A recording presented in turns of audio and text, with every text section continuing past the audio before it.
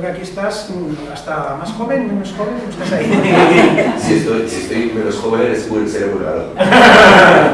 Bueno, pues Juan María González Anleo es doctor en Ciencias Políticas y Sociología por la Universidad Pontificia de Salamanca y psicólogo social. Él ha estado investigando, bueno, está investigando desde hace muchos años, desde el 2005, en temas que tienen que ver con juventud. Entonces, se nos ocurrió poder invitar a alguien que nos pudiera hablar qué es eso de los jóvenes hoy en día. ¿Qué es eso de los jóvenes? ¿Qué perfil tienen los jóvenes hoy en día? Porque son los que luego estamos recibiendo que quieren participar en nuestras experiencias. Ha sido profesor en Don Bosco, del 2010 al 2016, especializado en valores sociales, ecología, consumo, cooperación al desarrollo, participación política, medios de comunicación, religión y espiritualidad, ¿vale? Y autor de numerosos estudios sobre juventud. Entonces, lo que Juan va a hacer ahora es hablarnos de la juventud hoy en España. ¿Bien? Pues nada, Juan, bienvenido, muchas gracias. Un aplauso para que se anime.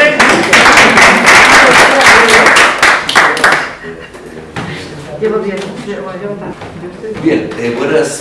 a todos.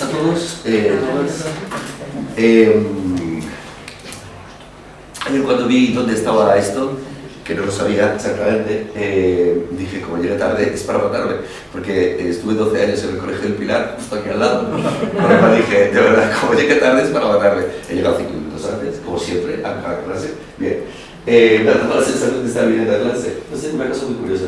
Bien, pues Víctor me dijo que quería que más o menos os contase cómo son los jóvenes hoy, lo cual no es fácil, porque además esto es lógico, yo tengo 50 años casi, y cada vez me voy alejando más, pero intento mantener un contacto con los jóvenes reales, y eso lo hago sobre todo en clase, pero también con mis sobrinos, que un sobrino tiene 17 años, el otro tiene 15 años, les pregunto, estoy con ellos. Es muy complicado realmente saber cómo son los jóvenes, porque además, esto me lo das, pero a ver. Vale, ok. Vale, bueno, primero os tengo que pedir perdón porque es muy habitual en mí. Yo estoy ya dando clase y en un curso en el que tendría que estar por el tema 5, estoy por el tema 1. Quiero decir, yo preparo habitualmente mucho material, pero luego a lo mejor me come el tiempo y de hecho necesito mi móvil para saber cómo voy de tiempo. De todas formas, ¿qué tal lleváis el tiempo? Quiero decir, yo no tengo prisa, ¿eh? 40 minutos clavados. Sí, y luego dejamos un... Clavados. Vale. Vale, perfecto.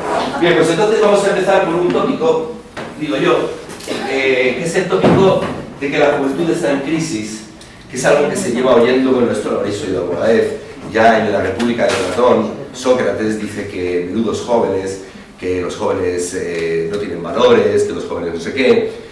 Habitualmente se dice que es de Sócrates, pero realmente sabéis que Sócrates, el pobrecito, no dijo nada. Además yo no creo que esa frase fuese muy correcta, pero bueno, ahí la pone Platón.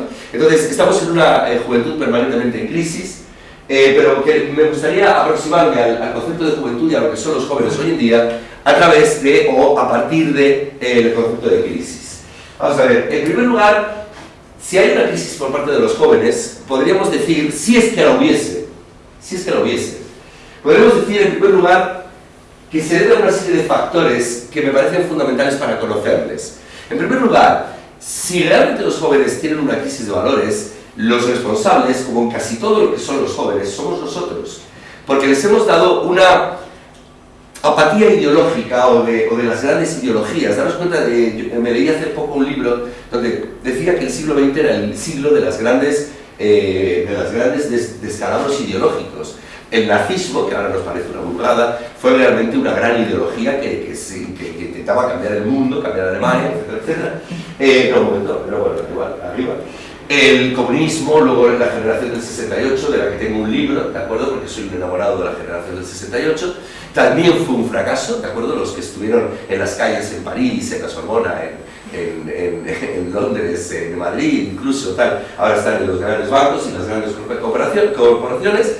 Y entonces, vamos a ver, los jóvenes realmente dicen todo eso no sirve para nada, con lo cual esa ya es una buena forma de aproximarnos a ellos, es decir, una especie de desilusión terrible heredada de la generación de sus padres y de sus abuelos por las grandes ideologías que fracasaron a lo largo de todo el siglo XX. En segundo lugar, hay modelos de aprendizaje mucho más amplios y mestizos. Esto es decir, no hay un sistema claro de valores que se mantenga estable tanto en el tiempo como en el espacio. Quiero decir, ellos pues ven que hay otras culturas alrededor suyo y que lo que ellos consideran algo fundamental, una verdad absoluta, pues en otros sitios se considera algo muy relativo. En tercer lugar, una podredumbre moral de las instituciones, perdonad que sea tan bestia, no sé, dime por favor. Pragmática. Esto lo tendremos para nuestra apuntando. Esto, si queréis, lo tenéis, a mí me parece perfecto. No, sí, digo porque el problema es que yo, igual que en mis clases, pongo una palabra o una frasecita muy corta y sobre eso... También podemos los demás. Perfecto, sí, sí, muy bien, perfecto, ningún problema. Vale, vamos a ver, es importante saber quién está hablando a las instituciones y quién les está intentando dar ejemplo a las instituciones. Y en mi opinión, y en la opinión de los jóvenes, que es mucho más importante que mi opinión, la gran mayoría de las instituciones no están dando ningún tipo de ejemplo a los jóvenes. A fin de cuentas, los jóvenes se mueven por ejemplos, ejemplos en la escuela, ejemplos en su familia, ejemplos en la sociedad. Hoy en día, realmente, si empiezas a escarbar un poquito y piensas quién realmente es una figura ejemplar, te das cuenta de que hay muy pocas, por no decir que casi ninguna o ninguna. Por último, y por aquí es donde engancho, está la ruptura de lo que se llaman los pactos fordistas. ¿Qué son los pactos fordistas? Vamos a ver. Vamos con el primer punto, que son los pactos fordistas. Para simplificarlo mucho, los pactos fordistas es lo siguiente. La sociedad le dice al joven, tú esfuérzate, estate por las tardes trabajando, aplaza esa salida que tenías de cachoteo, etcétera, etcétera, y trabaja fuerte y estudia fuerte. Esto me lo decía mi padre muchísimas veces. Y nosotros, la sociedad, te conseguiremos pues una buena vida, la posibilidad de tener una familia, etc. Desde los años 90 aproximadamente, bueno, ya sabéis, en los 80 cae, a finales de los 80 el muro de Berlín, empieza a desintegrarse todo lo que es la Unión Soviética, etcétera, etcétera, y el neoliberalismo comienza a engullir lo que antes pertenecía a otras zonas ideológicas. A partir de ese momento, evidentemente, la sociedad corta con los jóvenes y dice, mira, joven, haz lo que te da la gana porque nosotros no nos comprometemos contigo absolutamente a nada. A partir de ahí empieza un serio problema, que es que los jóvenes se van convirtiendo, y esto es algo que me gustaría subrayar, lo voy a poner, se lo voy a dar para vosotros, ¿vale? Que es que los jóvenes se convierten, atención a esto, no solamente en un grupo de exclusión, sino en el grupo de exclusión social por excelencia. Esto no lo digo yo, que también podría decirlo yo, porque a fin de cuentas soy experto en juventud, con lo cual lo podría decir yo, pero esto lo dice el informe Sociedad Expulsada y Derechos e Ingresos de la Fundación FOESA, que como sabéis es un libro muy importante que se saca a cada unos cuantos años. Bien. Cáritas Europa, en un estudio que hizo en 17 países europeos, atención, estamos hablando de 17 países en Europa, y curiosamente, y a mí siempre me ha llamado bastante la atención y me gustaría saber algún día por qué este estudio no se hizo también en España. Se hizo en 17 países europeos, pero curiosamente no se hizo en España. Pero este estudio llega a unas conclusiones terribles. Las sociedades europeas han abandonado su compromiso con la cohesión social y están haciendo caso omiso a las generaciones más jóvenes. Estamos hablando de toda Europa, pero luego veremos si en España es más o menos. Por primera vez en décadas, estas generaciones tendrán menos oportunidades y estarán peor que sus padres. Con empleos escasos, salarios bajos, condiciones paupérrimas de trabajo y deficiente acceso tanto a la protección social como a derechos básicos, en especial a la vivienda, lo veremos. Los jóvenes padres solteros, especialmente las madres solteras, son identificados por el estudio como el grupo más vulnerable y expuesto a la pobreza y a la exclusión. Por esto, los niños son uno de los grupos más vulnerables en España. Las mujeres solteras con hijos, los ancianos, pero por encima de todos ellos, el grupo por excelencia de mayor vulnerabilidad en nuestro país son los jóvenes.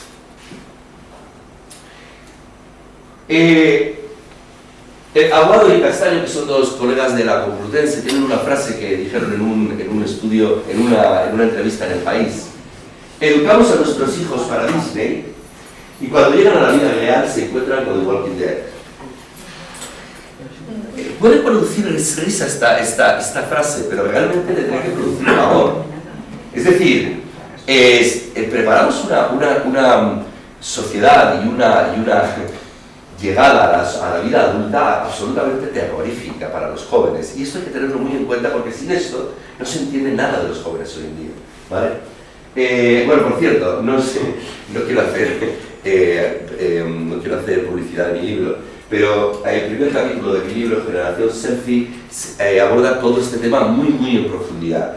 A quien no lo quiera comprar, que lo entiendo perfectamente, le recomiendo que busque el Observatorio de la Juventud en Iberoamérica, que es donde yo trabajo, de la Fundación SM, los 3 artículos que se llaman Miserials. Miserials, bueno, cuento un poquito el nombre del artículo porque es interesante. Os acordaréis, supongo que os acordaréis, que en el año 2000, a partir del año 2005, se empezaba a hablar de mileuristas. ¿Os acordáis de eso? Mileuristas. Atención, esto es importante. En el año 2005 no estábamos en una crisis económica.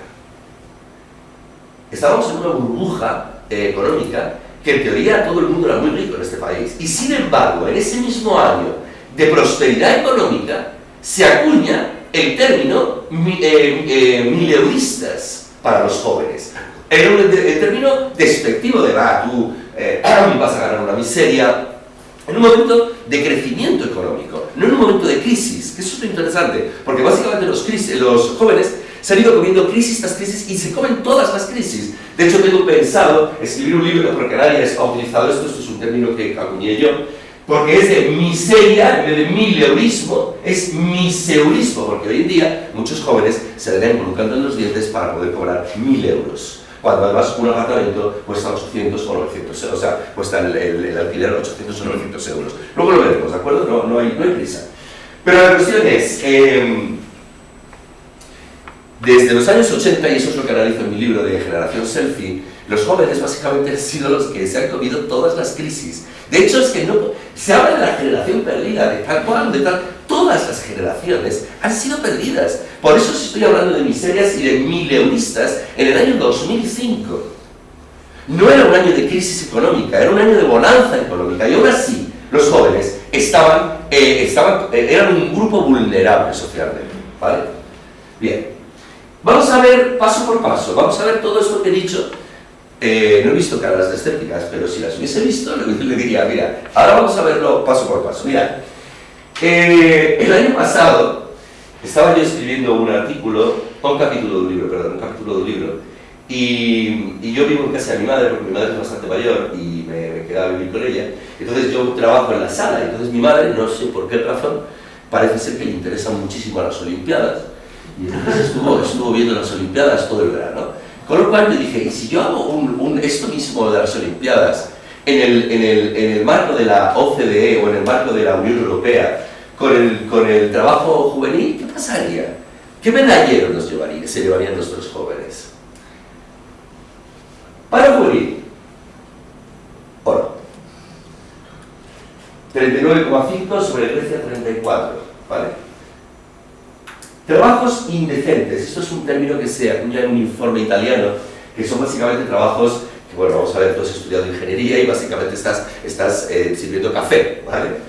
Pues depende, oro, plata o bronce, dependiendo del año, ¿de acuerdo? Nos lo disputamos con Grecia, Italia, Bulgaria y Rumanía. La cuestión es ver todo el medallero con el que venimos al país luego, ¿vale? Es decir, todo el medallero junto. Sobre cualificación, es decir, los jóvenes han estudiado muchísimo más de lo que luego terminan realizando, ¿de acuerdo? Bien, medalla de oro indiscutible en toda Europa. Empleo de riesgo, es decir, empleos de riesgo, esto es el Observatorio de la Juventud, medalla de oro. Contratos temporales, nos lo disputamos con Polonia, a veces unos años sacamos medalla de oro, otros medalla de plata. Hasta hace un año, cuando hice esto, la quinta de la parte de los contratos era de un día, de los que se hacía a los jóvenes. Un día de contrato. Voy a hacer aquí un inciso, seguro que solamente tenemos ese tiempo. Sí, vale. Voy a hacer aquí un inciso. Yo daba aquí clase, muy cerca de aquí, clase a mayores de 65 años en la Universitat Senioribus, que luego se eliminó y se trasladó y luego se cambió y luego no sé lo que ha pasado luego, pero En una de las clases que más les gustaba a los señores que venían, a las señoras que venían, era la clase de la cuestión de la natalidad. Vosotros sabéis que España es uno de los países con menor natalidad de toda Europa y de todo el mundo incluso. Entonces, era muy interesante la clase, porque además yo hago las clases no como esta charla, sino las hago muy interactivas, es decir, yo pregunto, hablamos, discutimos, etc. Lo siento, aquí no da tiempo porque me ponen unos tiempos muy justos, pero la cuestión era que muchas personas ancianas pensaban que los jóvenes básicamente no tenían hijos en España porque eran unos egoístas. Puede ser que haya algo de eso. Vamos a ver, por supuesto, yo siempre digo, siempre que me preguntan en una entrevista, en lo que sea, cuál es la causa o el factor que determina algo, yo siempre digo que nunca, jamás, es que nunca hay una sola. De hecho, hay un filósofo de la ciencia, Popper, que decía, ni siquiera la hoja se cae solamente por la fuerza de la gravedad, también hay un golpe de viento, hay un tal, la cama está tal, este está partido. No hay solamente un factor, nunca. Puede haber algo de individualismo, puede haber algo de egoísmo por parte de los jóvenes, pero por favor, esto es una actividad que yo hago en clase. Y además me hace mucha gracia porque yo doy clase en muchas universidades diferentes, antes por lo menos, y entonces variaba terriblemente la cantidad de una a otra. Yo preguntaba, a ver, ¿cuánto dinero necesitas para tener un hijo? Entonces en las universidades pobres, por ejemplo las salesianas del CES Don Bosco, me decían, pues 800, 900, bien. En el SIC, que son bastante... ¿cómo lo llamaría yo? ¿Pijos? Bien. Es que además esto pasó hace 2 meses, hace 1 mes y medio, una cosa así. Pregunté, ¿cuántos? Y dice, yo por lo menos como mínimo 3.000. Vale, ok, de acuerdo. Pero entonces es cuando les destapo la trampa. Y les digo, no es cuestión de cuánto dinero ganéis. Es cuestión de cuánto tiempo pensáis seguir ganando el mismo dinero. Porque vamos a ver, si tú no tienes estabilidad laboral, eso que se llama hoy eufemísticamente tan bonito como lo de flexibilidad laboral, qué bonito, ¿eh? Suena bien, flexibilidad laboral. Flexibilidad laboral significa básicamente que yo este mes puedo ganar 3.000 euros, pero al mes que viene me como los mocos. Y al siguiente, y que no sé si voy a poder trabajar. Entonces, si yo este mes cobro 3.000 euros, y al mes siguiente no sé si voy a cobrar otros 3.000 euros, pues me puedo comprar una chaqueta, unas zapatillas, una moto, pero lo que voy a hacer es tener un hijo. Yo, hasta el momento, que yo sepa, no se pueden vender en Wallapop los niños. Porque una chaqueta la puedes vender en Wallapop. Oye, pues me la he comprado, joder, pero me ha quedado sin trabajo, la vendo en Wallapop. Pero ¿y un niño qué haces con él? ¿Te lo comes? Además, España es un país muy interesante. Yo me quedé en paro hace unos 6, 7 años, una cosa así, me quedé durante 2 años en paro. Y yo en aquella época ganaba pues, aproximadamente 3.000 euros, una cosa así. Y en el paro me daban 800. Yo creo que si es que yo gano 800, si yo gano 3.000. Y mi forma de vida, mi forma de vivir es de 3.000. A ver, no, 800. Pues muy bien. ¿Y ahora qué hago? Y luego pregunté en Alemania y pregunté en Francia, ¿no? Si en Francia tú te ganas 3.000, te pagan 3.000, lo cual me parecía absolutamente lógico. Para mí era una situación especial. Con lo cual, puede haber algo de individualismo, puede haber algo de egoísmo entre los jóvenes que no tienen hijos, pero también hay una cuestión muy sencilla de eso, tan bonito que suena de flexibilidad laboral. Básicamente es no saber si mañana voy a poder ganar y no saber si mañana voy a poder seguir manteniendo a mi hijo. Tan fácil como eso. Figura vicario titulado. Qué modo tienen algunos. O sea, que cojo a un chico, le pongo a trabajar, hace un trabajo y le pago. O le pago 100 euros, o le pago 200. Por 8 horas al día. A ver, sabéis que esto, bueno, no sé si España es el país que más abusa de esa figura de becario titulado. Bien, meritocracia, esto es más triste aún, yo creo, si cabe que lo anterior. ¿A qué hora hemos empezado? Es que ya me estoy poniendo nervioso. Hemos empezado, digamos que hay media. No, menos, hay cuarto. Hay cuarto, o sea, que cuarto hay hasta las 10. Vale. Bien, ok. Los jóvenes españoles, el 67% de los jóvenes españoles consiguen un trabajo por los contactos de su familia. Eso es la falta de meritocracia en España. Es decir, la idea es tener un sistema educativo que tú te eduques y si tú vales, si tú realmente eres bueno, consigas un buen trabajo. No si papá tiene una buena agenda con amigos de la escuela, y hablo haciendo del mío del Pilar, o sea, sé de lo que estoy hablando, al cual puedes llamar y puedes decir, oye, me colocas a mi hijo, oye, ¿te acuerdas de ese favor que te hice en el comedor del colegio? Pues ala, ahora me lo estás devolviendo. 67% se dice pronto, ¿eh? Bien. Perdón, bueno, no sé cuál había antes. Y pobreza laboral, que este es el más triste de todos. Es decir, Que los que no trabajan sean pobres, a mí me parece muy mal, pero que los que trabajan sean también pobres, ya me parece, ya no tiene sentido, ¿vale? No es que no tiene sentido. Y para esto simplemente os lanzo una idea, que no sé si os lo visteis en los periódicos. Hace 2 meses y medio, la patronal en España se levantó indignada de la mesa de negociación y salió por la puerta totalmente indignada con la nariz por aquí por 12 euros de subida de salario mínimo. 12 euros. Y estamos hablando de los jóvenes que somos medalla o de oro o de plata, nos la disputamos con Grecia, no pueden vivir con el dinero que ganan, porque es una miseria, de ahí miseurista. Yo de niño era muy raro. Y entonces leía a Churichubes, leía a Forges, porque mi padre tenía un libro y me encantaba esto. La economía. Está hablando de la econosuya, yo siempre lo digo, es la econosuya. Cuando yo oigo en la televisión que la gente habla de la economía, siempre pienso, están hablando de la econosuya, porque evidentemente la econo de los jóvenes no, la econo de las madres solteras tampoco, la econo de los niños tampoco, es la econosuya de la que están hablando y por las cuales nos ponen medidas draconianas. Por favor, no comento, ¿no? ¿Cómo se puede hacer? Así. Lo que os voy a... Acaba de pasar Halloween, habréis visto máscaras terroríficas con sangre. Os voy a poner un gráfico terrorífico. La próxima vez, en vez de ponernos una máscara de Halloween, os ponéis un gráfico terrorífico, ¿de acuerdo? No, este gráfico es terrorífico. Simplemente se les pregunta a los jóvenes con qué posibilidad tendrán que irse de España. Y por favor, fijaros en una cosa, la opción un poco probable no existe. Existe nada probable, poco probable, bastante probable es bastante probable, y muy probable. Pues eso es terrorífico.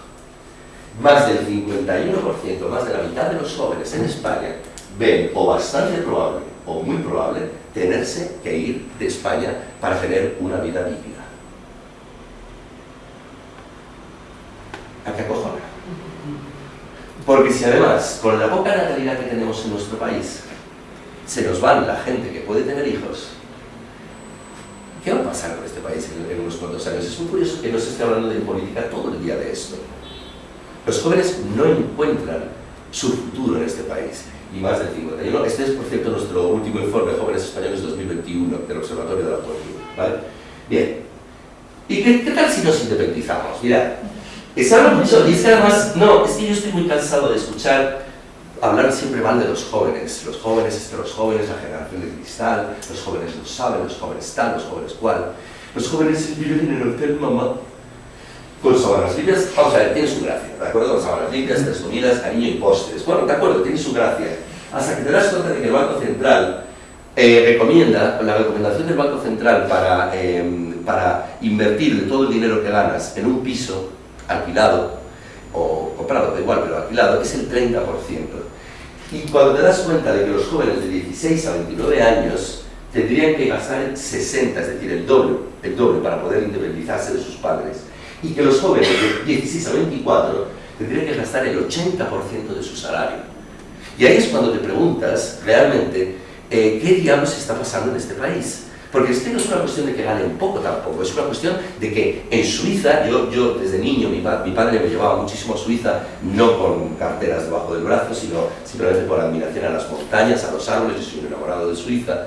En Suiza no cuesta muchísimo más en Friburgo o en Berna un piso que aquí. Y en Suiza el salario mínimo en Ginebra, en la ciudad de Ginebra, son 3.500 euros. A ver, pensemos.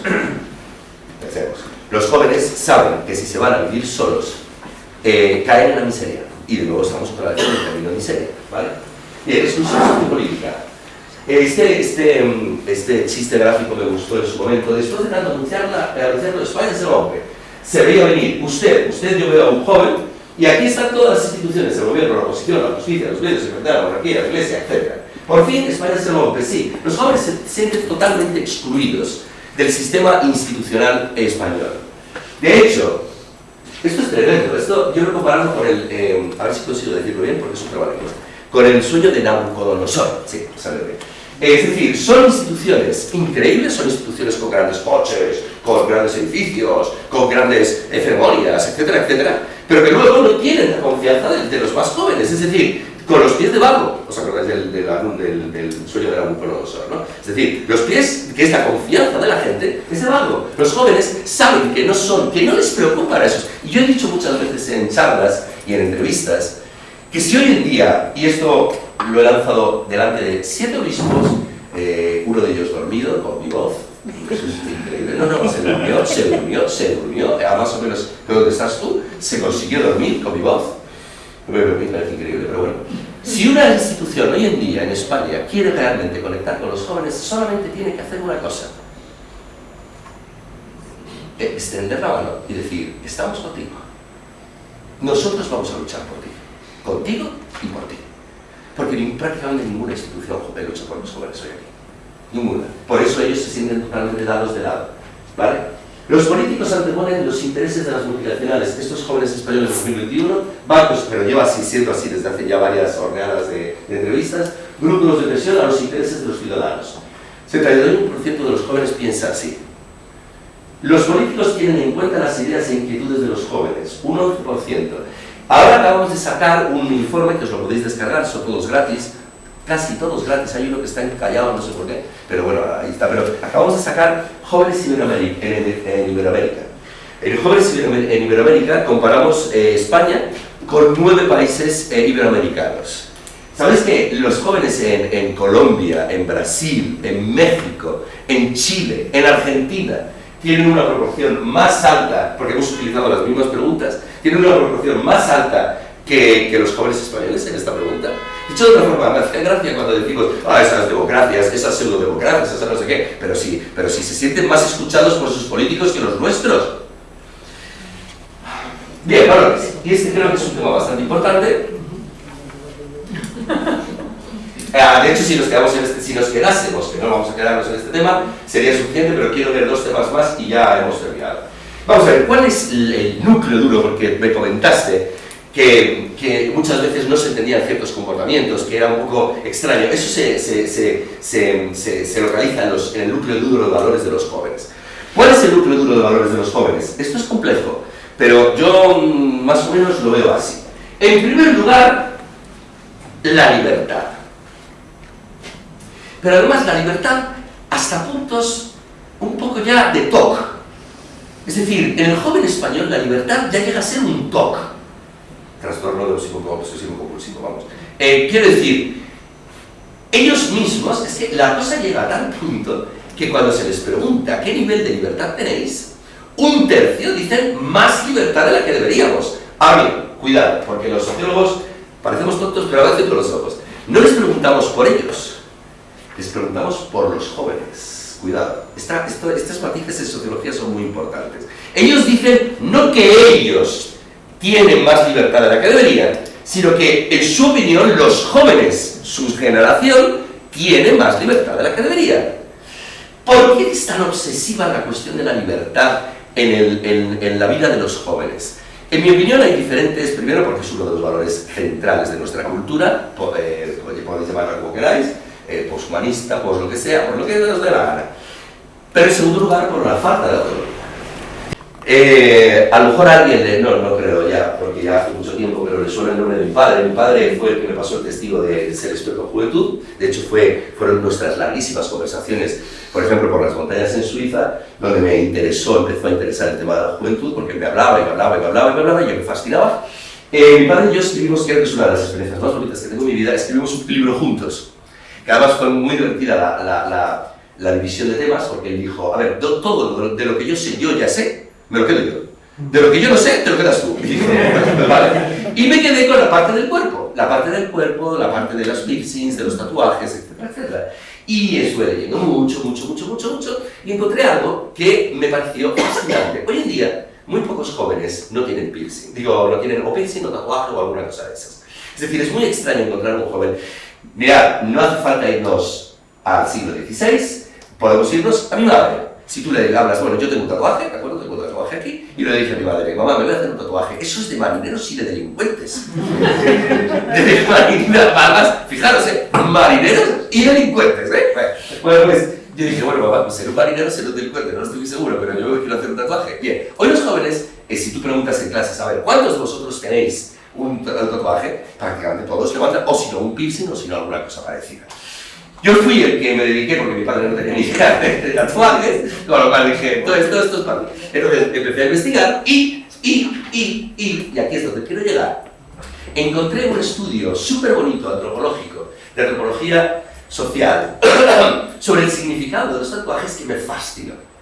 Porque el estudio pasaba páginas y páginas y páginas y páginas hablándote de los diferentes significados que podía tener un tatuaje. Un tatuaje puede, no os voy a enrollar porque esto no es la idea, no es lo que me interesa, un tatuaje puede significar un momento decisivo en tu vida, un tatuaje como por ejemplo el mío, una idea fundamental que tú tienes. Yo tengo una gayuela de Julio Cortázar grabada, porque es una idea fundamental que me guía en la vida, ¿de acuerdo? La gayuela, el ser como un niño, el disfrutar de las cosas sencillas, etcétera, etcétera, es toda una filosofía. Puede ser muchas cosas un tatuaje, pero hay un común denominador. Y entonces el libro hablaba de cómo que es algo que yo he vivido en mi pueblo, en el pueblo de mi madre, cómo mi abuelo marcaba las vacas y marcaba las reses, ¿vale? Cómo las marcaba a fuego. Y entonces el señor decía, ante todo, por encima de todos esos significados particulares que puede tener el hacerse un tatuaje fundamentalmente es una marca que dice, este cuerpo es mío. Me fascinó la interpretación porque me pareció además, por lo que yo conocía, me pareció muy acertada. Efectivamente, bueno, los tatuajes. Esto es una manifestación que hubo hace unos años, curas y jueces fuera de mi cuerpo. Básicamente es a colación de lo que estoy contando. Es decir, sigue habiendo instituciones que no solamente no tienden la mano a los jóvenes, sino que además pretende decirle a los jóvenes qué hacer con su cuerpo, qué hacer con su sexualidad, qué posición poner en la cama, yo qué sé. Pero es que se intentan meter, por favor, y esto es una idea fundamental, donde ya los padres desde hace por lo menos 30 o 40 años no se meten. Y los padres son lo más preciado para el joven. Imaginaros una institución a que ya hemos visto que no tiene mucha simpatía por casi todas las instituciones, que venga y les diga, joven, tú puedes hacer esto con tu cuerpo. ¿Qué? ¿Que no puedo? ¿Qué? ¿Con mi cuerpo? Seguimos. Rebeldía. Muy al rebeldía. Mirad, esto me parece fascinante. Cuando se les pregunta a los jóvenes cómo sois, las tres primeras son consumistas, 51%, rebeldes, 48%, y demasiado preocupados por la imagen, 47%. Esto nos llevaría a una hora entera de reflexión. ¿Se puede ser rebelde diciéndole sí al sistema en el que estás? Porque consumista significa decirle sí al sistema consumista en el que vives. Con lo cual, ¿se puede ser rebelde así? No me voy a meter en esto, pero tengo un libro por ahí, si a alguien luego le interesa me lo pregunta y se lo digo, tengo un libro donde te dedico un capítulo entero a este tema, pero la cuestión es que se sienten rebeldes.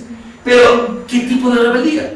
Porque vamos a ver, los jóvenes salir a la calle ya salen poco, entre otras cosas porque saben que no funciona, no sirve para nada. Los del 15M, 10 años después se hicieron reportajes, supongo que leeríais alguno, y me hizo gracia uno, que no me acuerdo en qué periódico salió o en qué revista salió, que era un análisis de todas las reivindicaciones del 15M y dónde habían acabado, es decir, qué se había conseguido. ¿Sabéis qué porcentaje de reivindicaciones consiguieron salir adelante y tener éxito en el campo político? 0. Es que ni 1, ni 2, ni 3, ni 4%. 0. Ni una sola de las reivindicaciones. Además, yo vivía justo al lado del sol, y yo me pasaba y me quedaba y estaba así, y escuchaba y oía a la gente hablar y no sé qué, y me parecía muy curioso y pasaba todos los días, soy sociólogo, tengo que hacer ese tipo de cosas, y entonces escuchaba tal, y me dio mucha pena, 10 años después, encontrarme con que ni una sola reivindicación había tenido éxito en el campo político. Bueno, esto lo voy a saltar, que no te lo digo. Esta cita me encanta, es de Pascal Bruckner, es un escritor francés que me encanta. Ser rebelde profesional es una pura contradicción, pues hace cotidiano un estado excepcional, pero se trata de un mecanismo de autopromoción muy valorado en una sociedad donde todos queremos ser únicos. Pasar por un proscrito otorga cierto prestigio, por ello se busca el aura tenebrosa de los malditos, a ser posible sin los peligros inherentes a dicha condición. Es genial, pero es que retrata a los jóvenes perfectamente, ¿vale? Bien. Tolerancia. Los jóvenes, si hay un... Bueno, de hecho, esto es lo que se necesita y se considera que los jóvenes son poco tolerantes en general, lo piensan los pocos jóvenes, pero me quiero ir a una frase de Javier Elzo. Javier Elzo, si alguien ha estudiado un poquito en el tema de la juventud, es uno de los grandes de la sociología de la juventud, amigo mío, del País Vasco, y me parece increíble, la tolerancia es uno de esos valores faros que en vez de alumbrar, deslumbra. A ver, eso hay que entenderlo en su justa medida, por lo que os voy a explicar. Yo creo que venimos de épocas con muy poca tolerancia, y ya sabéis que una de las reglas fundamentales o leyes fundamentales en la sociología es la cuestión del péndulo de Foucault, es decir, el péndulo se va hasta el otro extremo cuando estaba desequilibrado, ¿de acuerdo? Entonces, hoy en día vivimos, es mi opinión, un momento en el que la tolerancia se ve como un valor absoluto, indiscutible, cuando todos sabéis lo que es la paradoja de la tolerancia. Si no, es una nota a pie de página en un libro de Popper, el que cité antes, que dice: la tolerancia de la intolerancia produce intolerancia. La intolerancia de la intolerancia produce tolerancia. Claro, hoy en día estamos en un momento extrema tolerancia, es decir, no me digas nada sobre cómo tengo que vivir, sobre todo cómo tengo que pensar, sobre cómo tengo que ser. Soy quien me da la gana y nadie puede meterse a decirme nada. Estamos en un momento extremo, es decir, el péndulo se ha ido hasta el otro extremo. Supongo que en algún momento se irá quedando estable, pero en este momento estamos en un momento bastante extremo de eso. Y junto con la tolerancia, otra cuestión fundamental es la inclusión. Es decir, no es solamente cuestión... Lo que pasa es que esto más bien lo pongo como una pregunta para vosotros, para que reflexionéis, más que como una afirmación rotunda. Evidentemente lesbianas, gays, transexuales, bisexuales, etcétera, etcétera, evidentemente tienen que tener una aceptación y una integración absoluta. También personas con vitíligo, esta es una modelo muy famosa, personas con tallas grandes, personas con síndrome de Down, etcétera, acaba de pasar la película esta. Es muy curioso porque en los años 60, os digo que tengo un libro que se llama 1968, Queremos otro mundo y lo queremos ahora. En 1968 había una expresión que es freak out, es decir, sal de la normalidad, sé diferente. Y lo que básicamente se pretendía en los años 60 era sacar la diferencia de cada uno de nosotros, real, no creada, ¿de acuerdo? La diferencia real, y no excluirla. Ahora bien, os recomiendo un libro que dice que todo esto es más falso que nada, que es de Byung-Chul Han, La expulsión de lo distinto. Aquí básicamente dice, de diferencia aceptada, nada. De diferencia aceptada, nada. Es toda una ilusión. Por eso os lo planteo como una pregunta para que vosotros leáis el libro y le deis vueltas a la cabeza. Bien. Debido al asociacionismo. Ya termino, ¿de acuerdo? Vamos a ver, los jóvenes, si hay, perdonad, a lo mejor os parece un poco deprimiente mi charla, pero los jóvenes realmente tienen una sociedad de un asociacionismo muy débil. Esto evidentemente os interesa bastante a vosotros.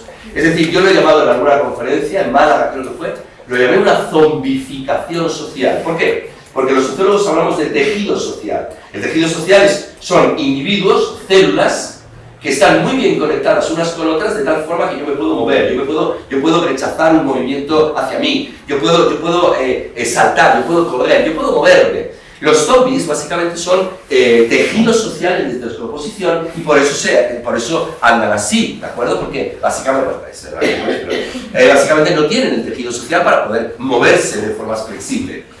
Mirad, en 1994, Pedro González Blasco, que es otro de los grandes titanes de la sociología de la juventud, decía que un 69% de jóvenes que no participan en ninguna sola asociación, organización, etc., es una sociedad zombie. No lo decía con estas palabras, porque no era tan metafórico, pero básicamente es lo que decía. Pues ahora estamos en el 79%. Mirad, ni siquiera ya las deportivas. Por cierto, también se les preguntó en esta encuesta, que por cierto es del 2017 porque no se ha vuelto a hacer ahora os pongo una del 2021, pero esta pregunta no se ha vuelto a hacer desde el 2017. Se preguntaba también por asociaciones, etcétera, online, ¿de acuerdo? Es decir, no solamente estamos hablando de físicas, porque diréis, bueno, pero todo ha pasado al online. Bueno, habría que plantearse si realmente el paso al online funciona exactamente igual o es igualmente valioso que el real, ¿de acuerdo? Pero bueno, vamos a dejarlo ahí. Ni siquiera ya las deportivas, ¿vale? Como veis, benéficos sociales, 4, son las que han aumentado, ¿de acuerdo? Las ecologistas han aumentado un poco, las religiosas evidentemente han bajado, los derechos humanos han aumentado mínimamente, ¿de acuerdo? Y la ayuda y cooperación, esa no se había hecho, está en un 2%. Bien, pero lo interesante me parece a mí es esta pregunta que hicimos en el 2021. La utilidad que ellos consideraban de los diferentes movimientos y asociaciones, ¿de acuerdo? Y es muy interesante ver cómo realmente no están implicados, no se asocian, no tienen actividades en asociaciones y tal, pero valoran muy alto, y pensar también en lo que la diapositiva que os he puesto, de la confianza que tienen en las instituciones. Es decir, lo digo para medir los resultados de esta tabla, ¿de acuerdo? Es decir, organizaciones interesadas por los derechos humanos, 7,63, es muy alta. Es muy alta para ser jóvenes, es muy alta. Asociaciones y grupos ecologistas, 7,39. De hecho, ahora mismo estamos haciendo un estudio sobre jóvenes, medio ambiente y consumo responsable, en el cual parece ser que los jóvenes se están cada vez más asociando a cuestiones de ecología, de derechos humanos y ecología, pero todo lo que tenga que ver con ecología parece ser que les está moviendo bastante. Que lo grabé. Bueno, te lo habéis dejado de 5 temas, pero bueno. A ver, vamos a ver. Juventud depresiva. No, esto no es de ustedes. No. Bueno, en la tecnología... ¿Me quedan 5 minutos? Sí. Vale. Vale, básicamente hablamos de nativos digitales. En mi opinión, vamos a ver, y en este sentido, ya lo he dicho alguna vez, no es la primera vez que lo digo, pero lo digo poniendo claramente mi currículum y diciendo soy un experto en juventud, y lo digo con toda la claridad. Estamos haciendo el gilipollas con las nuevas tecnologías. Estamos haciendo el gilipollas. Y digo estamos porque no son los jóvenes los que hacen los gilipollas. Somos nosotros, permitiendo que un joven, por ejemplo, en una encuesta que ha salido hace 6 meses, los chicos jóvenes pasan más de 6 horas con el móvil al día. Por favor, más de 6 horas con el móvil al día. Sumadle el PlayStation. Sumadle, es decir, estamos haciendo el gilipollas. Pero tal cual. En primer lugar, fomentan las comunidades de bajo coste. A mí me hace mucha gracia Facebook, perdonad, pero es que a mí ese tipo de cosas de verdad me pueden alegrar un día. Cuando Facebook me dice, pausar a este amigo durante 30 días, digo, qué bonito poder pausar a un amigo durante 30 días. Es decir, te callas la boca. 30 días, ya. Vamos a ver eso en comunidades reales. No puede ser así. Tú no puedes decir a un amigo, oye, te callas durante 30 días. A mí, la gran mayoría de mis amigos me ha borrado porque no les gustan las cosas que digo. Pues eso no son relaciones de amistad reales. Por mucho que queramos que verlo así. Y autorreferenciales, es decir, al final, mirad, una de las cosas más bonitas de mi vida es, por ejemplo, la cantidad de música que me gusta. A mí me gusta la música clásica, me pasé 13, 14 años escuchando solo música clásica. Me gusta la ópera. No me gustaba la ópera, me gustó mucho después. Me gusta la música de los 60, me gusta muchísimo el jazz, me gusta muchísimo. ¿Por qué? Porque no me ha aislado. Es decir, una de las cosas que más valor le doy en mi vida, que son mis gustos musicales y los conocimientos y el amor por la música que yo tengo, es simplemente porque he ido al lado de alguien en el metro y ese alguien iba escuchando algo y le he dicho, oye, ¿qué escuchas? Oh, pues escucho esto. O porque cuando llegué a Alemania, a vivir en Alemania, me tocó la invitación de hablar a un chico que le gustaba la ópera. Y yo había dicho, meses antes había dicho, a mí nunca me gustará el country ni la ópera. Y el tío me dijo, vamos a escuchar a Wagner. Oh, esto es insoportable. Vamos a ver, vamos a tal. Y entonces me enseñó, si yo busco en la tecnología, es decir, gente como yo, que piensa como yo, con gustos como yo, etcétera, etcétera, básicamente me estoy encerrando sobre mí mismo y estoy ganando muy pocas cosas en la vida. En segundo lugar, puentes. Es muy divertido que Nokia pusiese el nombre de Connecting People. Sí, las nuevas tecnologías Connecting People. Yo estoy a su lado en el metro y estoy así con el móvil hablando con él, perdona, no sé tu nombre, José Manuel. Y estoy conectándome con José Manuel porque es un amigo mío y ya tal, pero lo que estoy haciendo es trazar un puente por encima de él. Porque no me interesa, porque pues él es mayor que yo y a lo mejor no sé, le gustará el country. Mirad, esta cita me encanta, es de un filósofo de la ciudad, sí, curiosamente existen esas cosas, un filósofo de la ciudad, que es Paul Virino, no sé dónde lo pongo, no lo pongo mal. Si mañana vamos al que está lejos, sin ser, por cierto, esta cita es de antes de las nuevas tecnologías y de los móviles y de esto, es muy curioso. Si mañana vamos al que está lejos sin ser conscientes de que odiamos a nuestro prójimo porque está presente, porque apesta, porque hace ruido, porque me molesta y porque me requiere, a diferencia del que está lejos, del que me puedo zafar un mes callado, entonces destruiremos la ciudad, es decir, el derecho a la ciudad. Y aislamiento, lo reconoce el 75% de los jóvenes, las nuevas tecnologías les aíslan. Y quiero acabar con estos tres señores que son como estrellas de rock. Es decir, en mis universidades, si yo quiero que la gente me escuche, como diga en clase, como dijo Sócrates, la cagué, porque no me escucha ni Dios. Ahora bien, si digo Steve Jobs dijo, lo que os estoy diciendo es verdad, no es un chiste. Es decir, Steve Jobs dijo una vez, cambiaría toda mi tecnología por una tarde con Sócrates. Tengo que hablar de Steve Jobs para que la gente se ponga a dar y para que la gente diga, coño, pues a mí también me gustaría. Pero tengo que hablar primero de Steve Jobs. ¿A que no sabéis qué tienen en común estos tres señores? Los conocéis, ¿no? Bill Gates y Zuckerberg. Los tres les recomendaban a sus hijos que se alejasen de sus nuevas tecnologías, que saliesen. De hecho, Zuckerberg tiene una carta preciosa a su hija diciendo, no mires la tablet, no mires el móvil, sal al jardín, sal al campo, juega con tus amigos. Hay que tener cara. Y con esto, pues terminé. Gracias.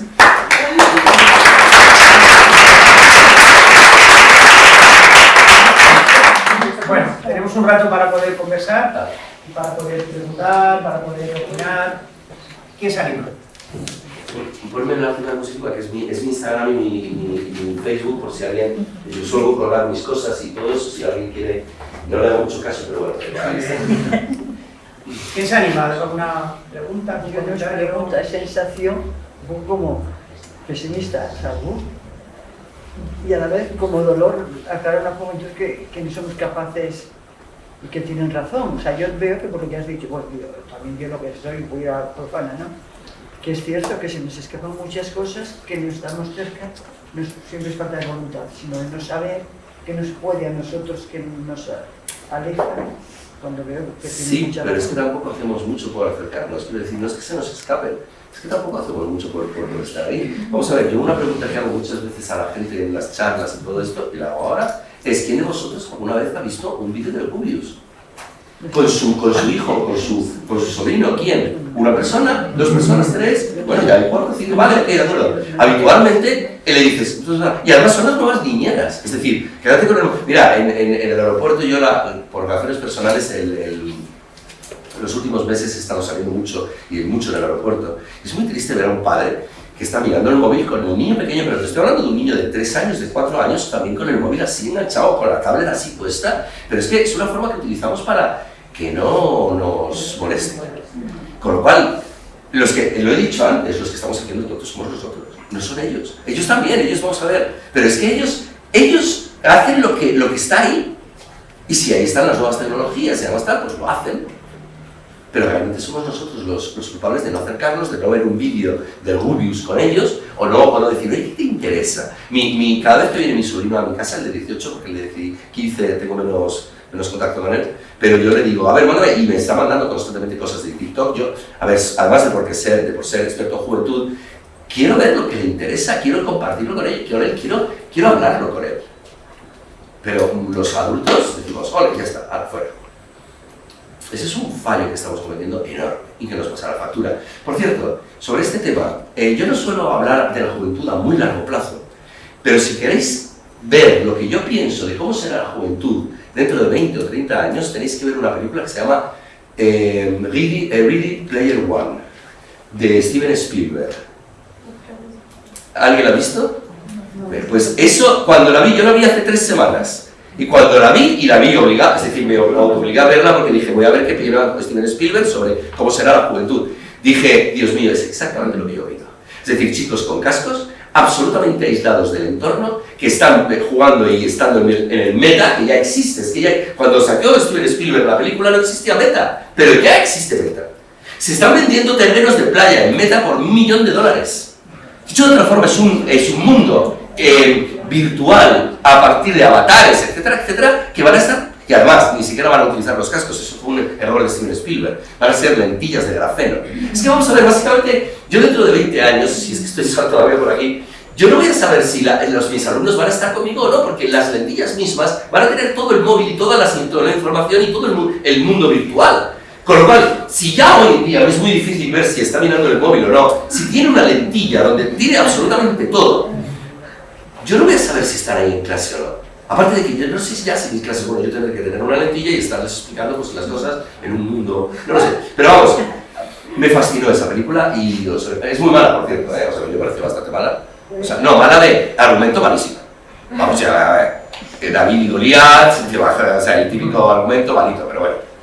Sí, gracias por la exposición. Gracias. Y ha habido dos cosas que creo que nos pueden interesar a las entidades. Una, que tenemos buena prensa, si no me he equivocado en lo que has puesto ahí, bastante buena prensa, como que somos un ámbito en el que el joven se puede acercar. Pero luego, uno de los temas que tenemos hoy es que, valga la redundancia, ¿no? Antes de que sigas, sí. Es que quiero comentarte un dato muy interesante. En el informe 2017 fue la última vez que se hizo, porque tenemos que estar cambiando de preguntas y no da para tanto cuestionario, con lo cual tenemos que eliminar preguntas. Se preguntaba a los jóvenes por su opinión sobre los misioneros. Y hasta el 25% de los jóvenes ateos manifestaban una enorme admiración por los misioneros. Es decir, no es solamente una buena prensa, es que realmente yo creo que si tú hablas directamente con un joven y dices, ¿realmente tú quién piensas? Bueno, evidentemente te va a decir que Steve Jobs es la leche, pero luego te va a decir los que realmente dan el callo, los que realmente están ahí, los que de verdad son los misioneros y son la gente que se va a ayudar a los demás. Es decir, es mejor que buena prensa. Es decir, tienen una auténtica, incluso los ateos tienen una auténtica admiración. Ah, perdóname, que está cortado. Vale. Era que va unido. Luego, también has comentado como que no se asocian mucho, y uno de los temas que tenemos hoy es que vienen a nosotros, hacen su experiencia de voluntariado, pero al regresar les cuesta fidelizarlos, entre comillas, ¿no? Esa sociedad líquida. Entonces, no sé, estamos precisamente en el tema hoy. Bueno, pues eso es la sociedad líquida, eso es Zygmunt Bauman, eso es las relaciones de pareja, eso son las relaciones incluso de amistad, eso son simplemente que un joven le aterroriza, que tiene bastante que ver con lo de la libertad que he explicado, le aterroriza encadenarse o asociarse, lo del asociacionismo, el terrorismo. Tienen un altísimo valor, lo que tú llamas una buenísima prensa, tienen colaboraciones muy puntuales, pero no le pidas que se meta dentro de una estructura, etcétera, etcétera, que hasta cierto punto le obliga. O sea, a ver, lo hemos visto lo de las amistades, hace silenciar a un amigo durante un mes, ¿vale? Es decir, no quieren tener ningún tipo de atadura sólida, fuerte. No, les pone nervioso, es como les angustia. o sea, tenemos que contar con ello, que no va a ser muy natural o muy normal la fidelización. No, que no es solo un fracaso nuestro, que no sabemos... No, en absoluto. No, porque pasa lo mismo en las relaciones de pareja. O sea, quiero decir, es que no... Es la sociedad líquida pura y dura, vamos. Que además Elzo, que os he hablado antes de Elzo, cuando cada vez... Eso ya es una frase que tiene hecha, porque yo ya la he oído varias veces y me he visto varias veces. Cuando le preguntas, ¿sociedad líquida? Dice, líquida no, ya gaseosa. Pero es que es verdad, es que tiene razón. Es que entre los jóvenes ya no es líquida, es gaseosa. Perdona, ¿queréis intervenir? Sí, no. A ver, yo es que estoy súper de acuerdo con muchas cosas que has dicho. Yo soy responsable voluntario joven de Cáritas Española y nuestro objetivo era animar a los jóvenes a formar parte de Cáritas, porque uno de nuestros estudios de fuerza también es Cáritas está súper bien valorada, pero no pidas que yo lo meta. O sea, porque eres la iglesia y eres una estructura que voy en contra de ella. Es que os podría dar otra charla sobre los jóvenes y la iglesia, porque de hecho sí, me lo he pedido muchas veces y... Claro, quiero decir, están en contra de la estructura, evidentemente, por muchos motivos, pero, lo que dices, ¿no? La parte misionera, la parte de ayuda a los demás, está súper bien valorada, porque han visto que no se van. Cuando algo ocurre, pero a lo que iba era, es cierto todo lo que dices, y yo creo que una de las mejores maneras que he ido encontrando, bajo la experiencia práctica con ellos, que no soy socióloga, soy trabajadora social, pero bajo la experiencia práctica con ellos es un poco lo que tú dices. Por ejemplo, yo no tengo Instagram, yo no tenía, me he hecho Instagram para estar conectada con ellos, básicamente. Luego yo no publico nada, publico una foto y tal, pero si no conozco dónde se están moviendo, no. Otra de las claves que a mí me han servido es darles protagonismo, que ellos digan qué quieren hacer. Luego, ellos saben que están dentro de una organización que es Cáritas y que no podemos hacer lo que nos dé la gana, evidentemente, pero soñar. Y nosotros... Tengo muy mala memoria, con lo cual, si te intento responder, No me respondas, intento... Por partes, no, pero lo hacemos Vale. por partes. Ah, vale. Lo hacemos por partes. Mira, en primer lugar, sí, a ver, es que no lo tengo aquí, no lo tengo en otra conferencia que es la que vi a los 7 obispos que uno se durmió. Pero cuando se dice confianza en la Iglesia es muy interesante, porque claro, dices, ¿qué iglesia? ¿Qué parte de la Iglesia?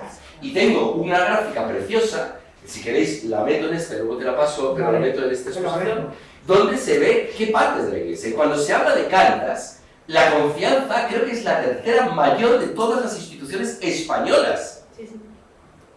Luego hablas del sacerdote del pueblo, del cura del pueblo, y está por encima de la media es decir, en positivo. Aquí no me acuerdo cuál, y aquí, y en el último por debajo, solo por debajo los políticos, los obispos. Entonces, claro, preguntar por confianza en la Iglesia hay que diseccionar un poquito. Segundo, te iba a decir, no, esto, dejarles participar. Fundamental. Fundamental. Aquí hago un matiz, porque muchas veces decimos, no les dejamos participar. Ejemplo cutre de Cáritas, perdona que la... No, hombre, si vienen a la parroquia yo les digo que me coloquen los paquetes de arroz. Perdona, eso no es dejarles participar. Eso es que hazme tú esto que yo no... Dejarles participar es que ellos de verdad sean protagonistas y que propongan. Sí, sí. Porque a lo que iba con esa parte era, en la medida en que ellos se sientan parte real y que ellos construyen algo contigo y que tú, para ti, ellos son importantes en lo que están haciendo y sientas el reconocimiento, la implicación sí va a ser mayor. Es cierto que estamos en una sociedad líquida, esto Sebas, que fue secretario de la Española, lo dijo 10.000 veces, es cierto, también dependemos de con qué lo midamos. Si en Cáritas medimos que el compromiso medio voluntario son 30 años, evidentemente no, claro, no se comprometen. Hombre, claro, si están 8 meses o un año es un compromiso en la vida de un joven muy alto, porque es un año en la que tu vida está cambiando, y es que tiene que cambiar, porque es la edad en la que más puede cambiar y más puedes evolucionar. Pero nuestro objetivo, y aquí no hablo ya como Cáritas, creo que como entidades también de iglesia y demás, es transmitir los valores. Y si yo consigo en un año de esta persona transmitirle valores para que poco a poco se cambie sociedad en el sentido positivo, de tal, joder, ya he hecho mucho, ya hemos conseguido mucho, porque esa persona seguirá moviéndose por el mundo, seguirá transmitiendo esos valores. Entonces, para mí lo importante no es el gran periodo de enganche, sino el cómo consigo que esa persona se enganche, o cómo consigo, haciéndole protagonista, haciéndole sentir parte. Yo tengo experiencias muy positivas en ese sentido. A ver, yo no solamente he dado la conferencia esta de los obispos, he dado muchas conferencias a gente de la Iglesia porque les preocupa que los jóvenes se alejen. Y es muy curioso porque yo siempre termino diciendo lo mismo. ¿Qué hacemos? Porque siempre la última pregunta es ¿qué hacemos para, escuchar? Cuando el Papa Francisco sacó el documento sobre jóvenes, la primera de las recomendaciones que me llamó mucho la atención era escucharles. Absolutamente una quimera. Claro, es que además, por ejemplo, nosotros llevamos, casi vamos a hacer 2 años con un grupo de jóvenes de toda España. 2 años, jóvenes enganchados, de gente que me mira como diciendo, ¿qué? Digo, sí, porque uno está de Erasmus en Polonia, pero le mola tanto lo que estamos haciendo y lo siente porque ya ha sentido parte, que se conecta desde Polonia online. Bienvenida a las tecnologías para estas cosas. Entonces ahí yo creo que tenemos que dar nosotros un primer paso. Pero otra cosa que tú has dicho muy interesante, y eso es una cosa que los mayores se nos olvida muchísimas veces, es que un año de los jóvenes, yo digo una cosa para hacer gracia, que hace mucha gracia habitualmente, yo digo, un joven es como un perro. Digo, un año de una persona son 7 años para él. Pero es que es así, cuando la gente me preguntaba, bueno, pero es que han sido 2 años de pandemia, ¿tú qué opinas de los jóvenes? Digo, para los jóvenes no han sido 2 años de pandemia, han sido 7 años de pandemia, vamos a pensarlo, porque para él un año nuestro son 7 años. Necesitan cambios, necesitan nuevos estímulos, necesitan constantes estímulos, con lo cual efectivamente tienes toda la razón en ese sentido. Sí. ¿Alguna intervención más? Sí, Alexia. No, yo en relación con lo del asociacionismo y todo esto, pero o sea, en general yo creo que los adultos tampoco estamos educados, o sea que hay un problema desde la infancia, ¿no? De no irnos educando en saber trabajar en colectivos, ¿no? Y la importancia de la participación, de escuchar al diferente, que es lo contrario de lo de las redes sociales, que dice que justo anulo al que opina diferente, ¿no? O no me sale ni siquiera su opinión. Entonces, claro, es que si no sabemos ni participar como adultos en una asociación de vecinos, en un bloque de vecinos, o en un cole, o en un no sé qué, nos cuesta, porque somos diversos, pues pídele a un joven que se meta en una asociación y tal, y desde ahí veo que falta educación, ¿no? Desde para... De todas formas, es una pena porque había una parte aquí donde era sobre la depresión de los jóvenes. Y era una cosa que quería comentar, pero no hago tiempo, pero da igual. Pero aquí hay como dos fuerzas. Vosotros, en vuestro caso, en el asociacionismo, en todo esto, tenéis, yo creo, dos fuerzas contrarias que yo creo que cada vez van a hacerse más fuertes. Por un lado, el joven cada vez encuentra menos sentido a todo. Y esto es algo muy interesante. De hecho, yo soy el responsable de que estemos haciendo ahora mismo los jóvenes medio ambiente y consumo responsable. Yo me dedico a la parte de sentimientos relacionados con toda esta problemática ambiental y yo me doy cuenta de que el sentimiento del joven es pero ¿para qué todo esto? Si nos vamos a la mierda, estamos yendo a la mierda. El no encontrar raíces, el no encontrar iguales que les aporten cosas realmente valiosas, etc., lleva a los jóvenes a una crisis existenciales prematuras, digámoslo así. Dicho de otra forma, la crisis existencial tiene con 30, 35, 40 años. Pero los jóvenes están... Es que la cosa se está acelerando muchísimo. Además, si os dais cuenta, la cuestión del medio ambiente a mí me ha flipado este verano, porque en un verano hemos tenido 3 agostos. Y además el verano anterior era normal, fue más o menos normal, pero este verano hemos tenido 3 agostos. De eso los jóvenes, si para un joven un año es tal, los jóvenes lo ven y dicen, ¿qué es esto? Nos estamos cargando todo. Y aquí hay varias salidas, pero bueno, la cuestión es, por un lado eso, por un lado, necesitan cada vez más darle sentido a sus vidas, y en ese sentido, a ver, yo estuve 4 años en Guatemala, en diferentes cosas, haciendo un estudio sobre, cuando tenía 17 años, volví a Alemania, me fui a Guatemala de 5 veranos, para hacer un estudio de violencia intrafamiliar, hacer cooperativas de mujeres, etc. Cambió totalmente mi vida. De hecho, el primer año que yo volví de aquí, mi mejor amigo me dice, eres otra persona. Y es que efectivamente yo era otra persona. Una experiencia tan estúpida como, por ejemplo, mi mejor amigo en la escuela tenía labio leporino. En España el labio leporino es simplemente una pequeña cicatriz. En Guatemala ves madres en la calle con niños, básicamente con la cara abierta. Y tú dices, este podría ser mi mejor amigo si en España no hubiese una serie de... Esa tontería te puede cambiar muchísimas cosas, y los jóvenes están sedientos de sentido. Y sedientos de algo con un poquito más de peso, que no sea ir pasando fotos y vídeos rápidos en TikTok. Pero por otro lado, tienen pánico a comprometerse. Con lo cual ahí hay dos fuerzas. No sé qué voy a hacer con eso.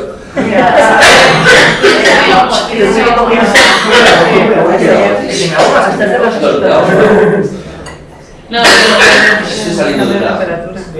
Un poquito de agua es un poquito de agua, ¿eh? Un poquito de agua que sale al por el tiempo del agua. Alexia.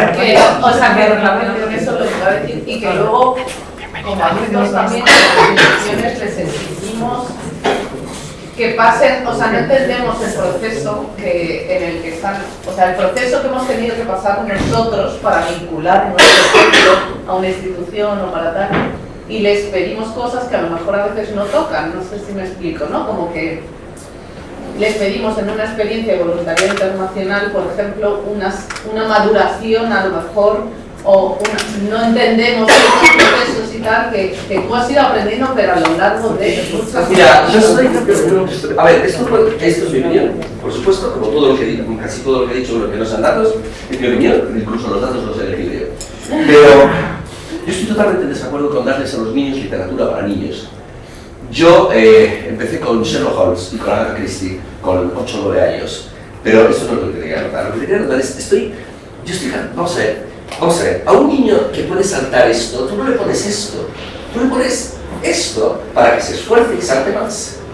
Cuando yo tenía 14 años, que tampoco fue la mejor idea de mi vida, pero cuando yo tenía 14 años me metí de voluntario en una residencia de ancianos. Yo le daba de comer a los ancianos, que ya es que 2 días más tarde se morían. Vale, yo no estaba preparado para eso.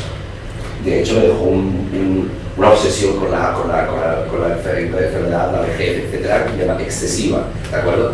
Pero fue una experiencia que me hizo entender muchas cosas de la vida que ahora mismo no agradezco. Eso de dar con papillita y lo más masticadito posible y acorde con tu edad y acorde con... Yo creo que hay que poner el listón más alto para que se salte más alto y para que la vida realmente se convierta en un reto. Saltar etapas, porque el riesgo es que a veces saltamos etapas. No, yo me refiero a que yo tengo 3 hijos y yo intento hacer lo que tú dices, ponerles un poco más el listón, sobre todo viendo que pueden, quiero decir, no, tampoco ponerles aquí cuando ya, no pueden aquí, evidentemente. Pero lo que yo sí veo es que los niños empiezan a madurar erróneamente antes de lo que tocaría. Me explico. Lo que dices, con lo del móvil y demás. Cada vez ¿Me dejas darles la vuelta con Roberto? Yo lo que veo es que los niños no maduran jamás.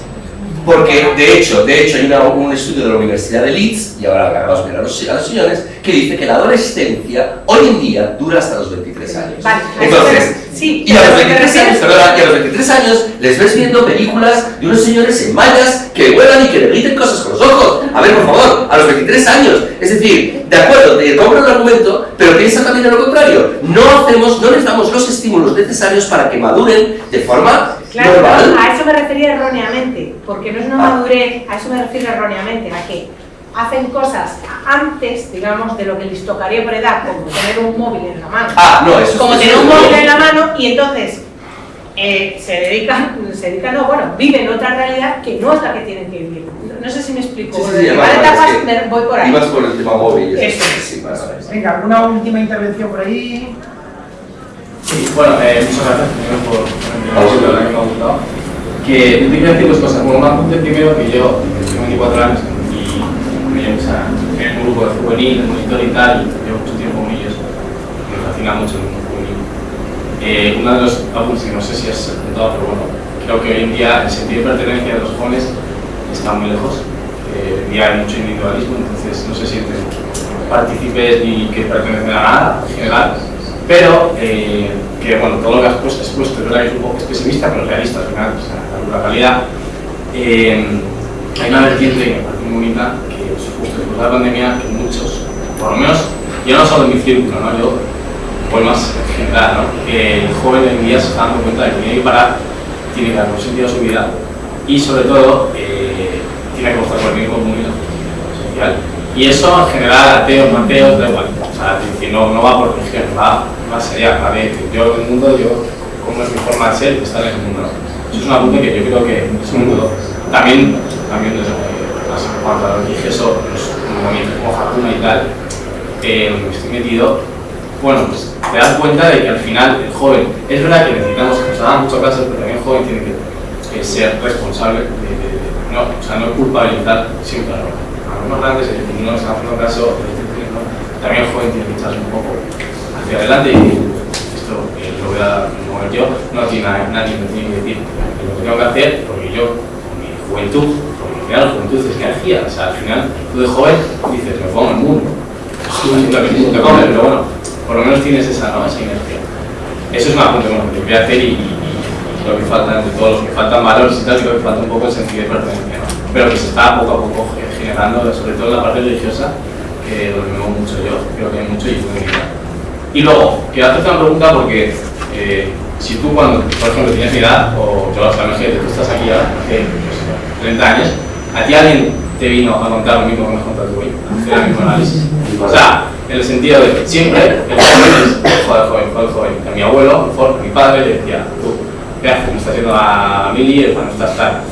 O sea, quiero decir, no es como algo súper continuo. O sea, siempre que el joven es esto, nunca va a ser tan joven, nunca va a tener una posición en la sociedad, por así decirlo, equilibrada, o sea, igualitaria a los adultos.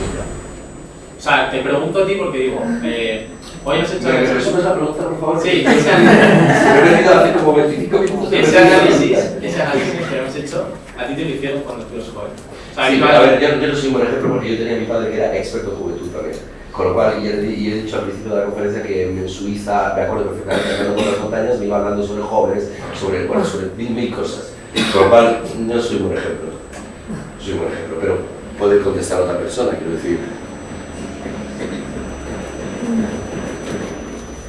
Yo es que discrepo un poco del análisis que has hecho porque precisamente nosotros lo que vemos, bueno, yo soy coordinadora del proyecto de voluntariado internacional en Ítaca Escolapios y nosotros precisamente la tendencia que vemos estos últimos años es que la mayor implicación social viene de jóvenes que no están vinculados a movimientos de iglesia y que sin embargo aquellos jóvenes que han estado en los grupos, vinculados a grupos de fe y tal, cada vez tienen menos vinculación, quizá porque se identifican más con estos nuevos grupos en los que sienten mucha identificación como de somos jóvenes católicos, tal, pero después no se implican en proyectos de transformación social y de hecho es una cosa que nos preocupa, ¿no? Que como organización de iglesia, pero que trabaja por la construcción de un mundo más justo y que precisamente lo que busca es la transformación social, nos preocupa ver que los jóvenes que más se acercan a nosotros, es lo que hablamos, ¿no? Pues jóvenes que igual no están vinculados, jóvenes que son ateos, pero que tienen, lo que decías, valoran el trabajo que hacen las organizaciones vinculadas a la iglesia